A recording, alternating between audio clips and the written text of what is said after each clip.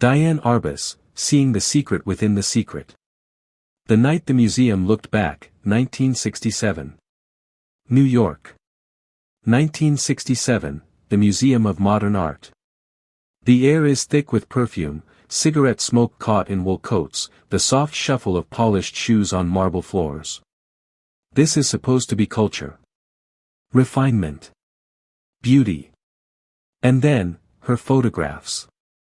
A boy with a toy grenade, his face twisted into something feral. Identical twins, stiff as statues, eyes too knowing. A giant in his parents' living room, his head nearly touching the ceiling. A woman in curlers, staring past the camera like she knows something you don't. Some viewers lean in. Others recoil. There are whispers. Then sharper words. Then disgust.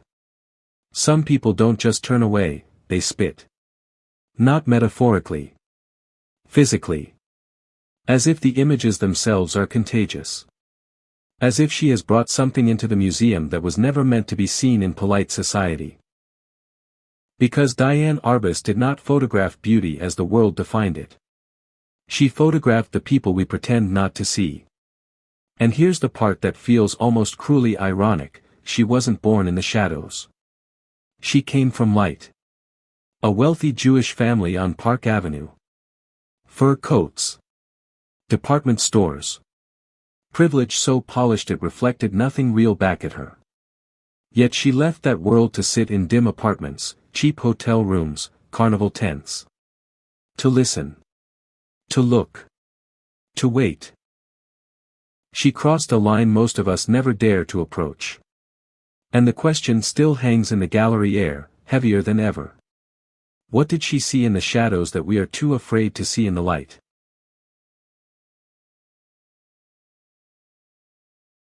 The philosophy of the secret. Diane Arbus once said. A photograph is a secret about a secret. The more it tells you, the less you know. This might be the most quoted line about photography in the modern era. Not because it's clever, but because it's unsettlingly true. We think photographs reveal. They don't. They interrupt. You see a face.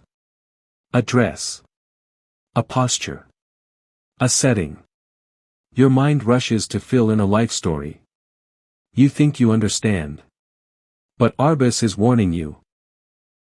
That feeling of understanding is an illusion. The photograph is 1 second torn out of time.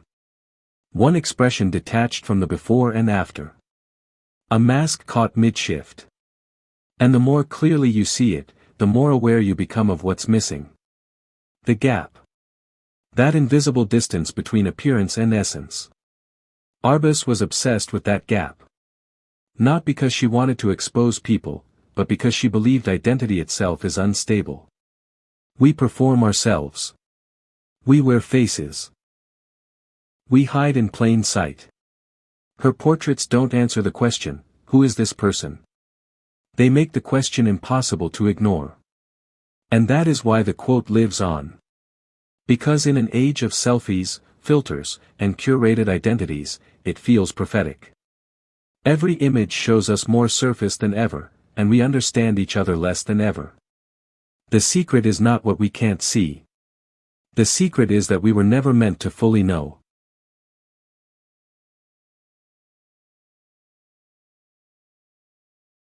The divine in the different.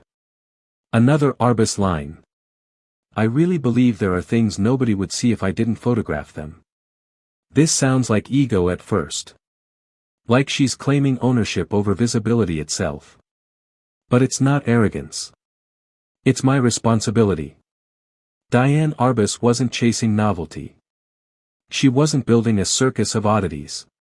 She was documenting lives that existed outside the frame of cultural comfort. Trans people before mainstream language existed, people with disabilities, nudists, sex workers, sideshow performers. People society labeled as, too much, too strange, too wrong. Her camera said, you are real. You belong in the record of the world. That's why the debate around her never ends. Was she a voyeur? Exploiting differences for art?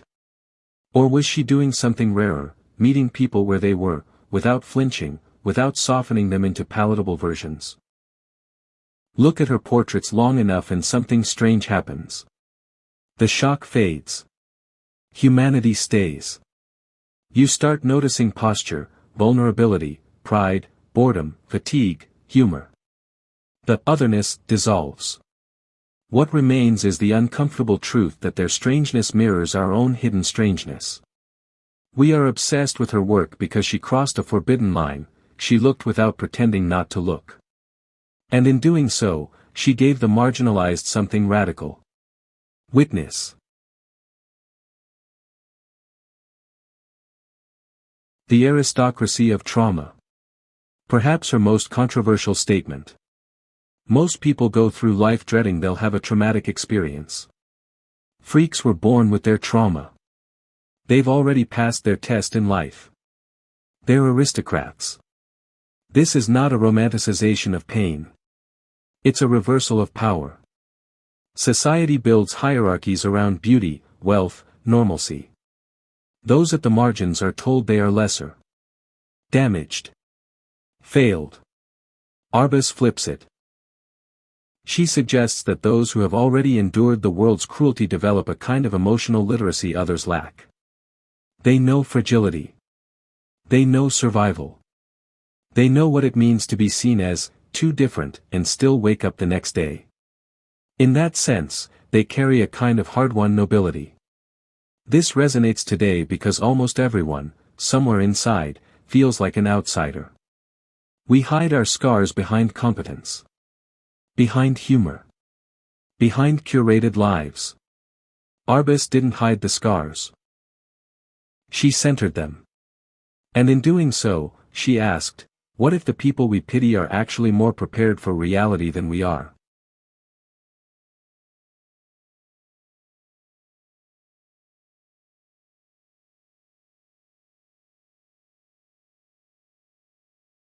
The space between.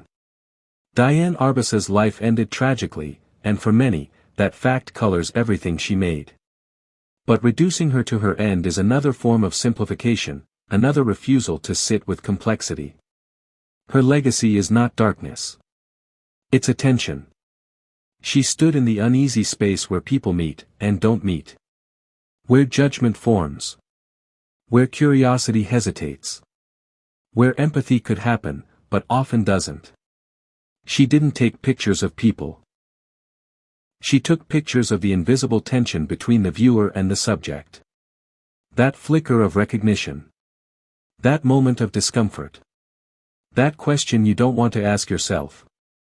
She held up a mirror, and showed us that the freak is not across the room. It's the part of ourselves we keep hidden. So here's the question for you. Which of Diane Arbus's secrets resonates with you most? The mystery of identity, the dignity of the different, or the strength hidden inside scars? Because the moment her work unsettles you, it's already working.